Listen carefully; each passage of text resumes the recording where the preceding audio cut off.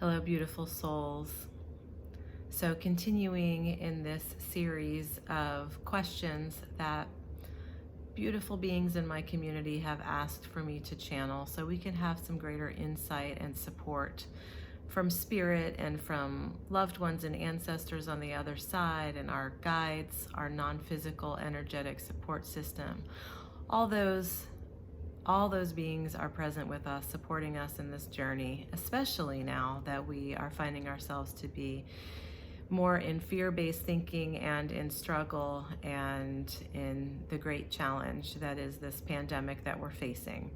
So today's question that I will channel is as follows. What does self-reliance look like personally and as part of the collective? So what does self-reliance look like personally and as part of the collective as it relates to coronavirus? So let's tune in and hear what message is coming through to support us with that wondering.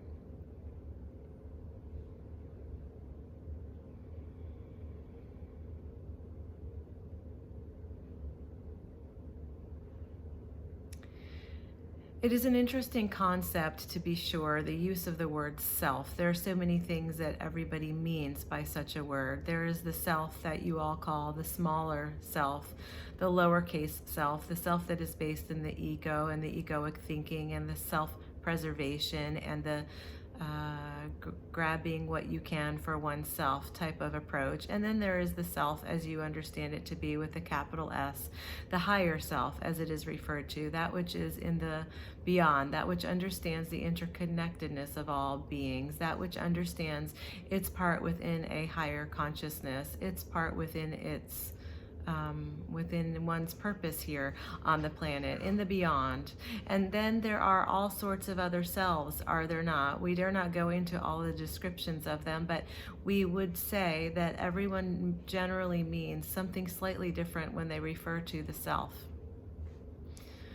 What is necessary to understand here as relates to the question self-preservation and as relates to the question of how to be in greater service to all the versions of self that one has and all the versions of the selves that are existing within the human experience. What we would say is as follows.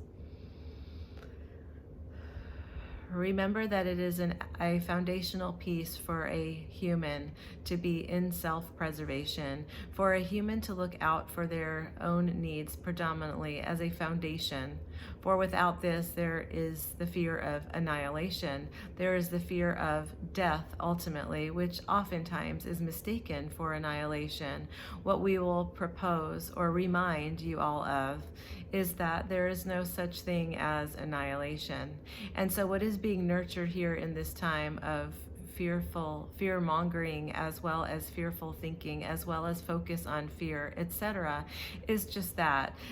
The powers that be, as you know them, are hoping to ignite enough fear to insist that all those present are able to follow this intervention, the structured isolation, the structured distancing, the structured process by which to decrease the likelihood of this pandemic becoming so out of control, so to speak, that it cannot possibly be managed and enough people cannot possibly have the type of aid and support that they will need.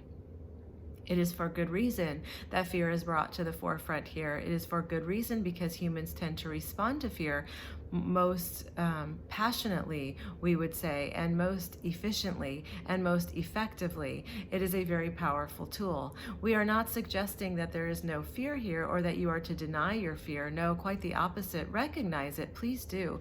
Accept it. Know that there is room for fear as well as room for what is in the beyond. And what is in the beyond, you ask? What is beyond the fear? How can we access that and also be in service to ourselves and others? And we say, exactly. It is part of a process. It is part of an aspect of self-understanding, self-realization, self-actualization, and self-expansion. And you see how many times there we use the word self, and none of those times had any type of charge to it. It was just uniting you in the experience of yourself as a being, as simply a being, and one of many, one of billions and billions of beings, one of countless others who are able and designed and positioned to be here at this very time for this miracle that is transforming the globe.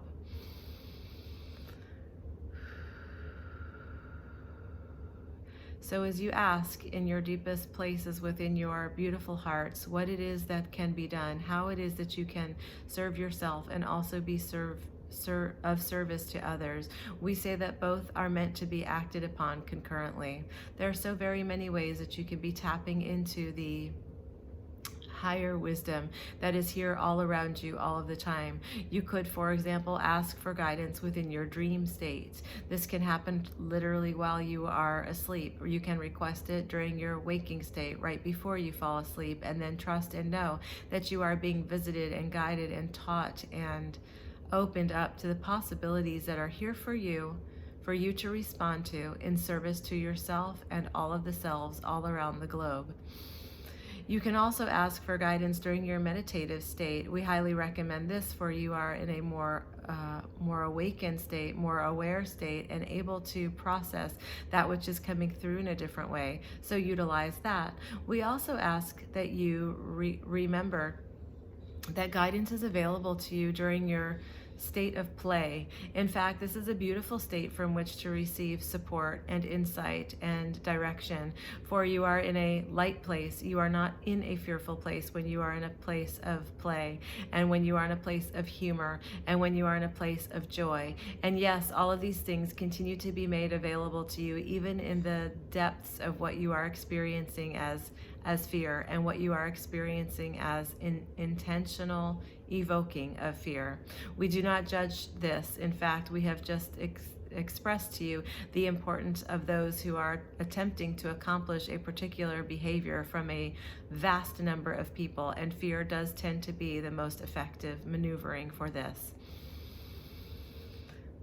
Already within the depths of your experiences, you know who is in need of service. If you listen attentively, if you get quiet enough, you will sense and see and feel and hear who it is that is needing the support. Some of this support can be affected energetically. Some of this support can be affected directly through you being in direct service to others, perhaps bringing food support, sustenance, reassurance, calls, visitation in the safest of ways, etc. There is so much that is here for you to tap into. Perhaps the animal kingdom is calling to some of you. Perhaps you will open your homes to those beings in animal form that are here to actually save you, though it is perceived that you are actually saving them. We take great delight in this. Perhaps the ecological situation is what is calling to you. Perhaps your advocacy work will begin now and with fervor as you recognize that under the cover of all that is going on in the human health, being used as for some as a distraction, that there is much that is being created within the planetary destruction, intentional destruction of the planet and of ecology and environmental. And perhaps that is the time now for you to make yourself aware and for you to allow yourself to be angry. For fear can lead to so many other emotions if it is felt in its fullest expression. And anger can be a driving force to rectifying the many wrongs of the world. And your voice, whether it is through the digital system or whether it is live and in action with others, it is every bit as important now as it ever could have been. So if you have been waiting for the perfect timing to get engaged in this way, we dare say now is the time. Now you have been gifted time. Now is the time for you to activate. Now is the time for you to be in the deep love of all that is true, of all that is real, of all life for all time. Now is the time.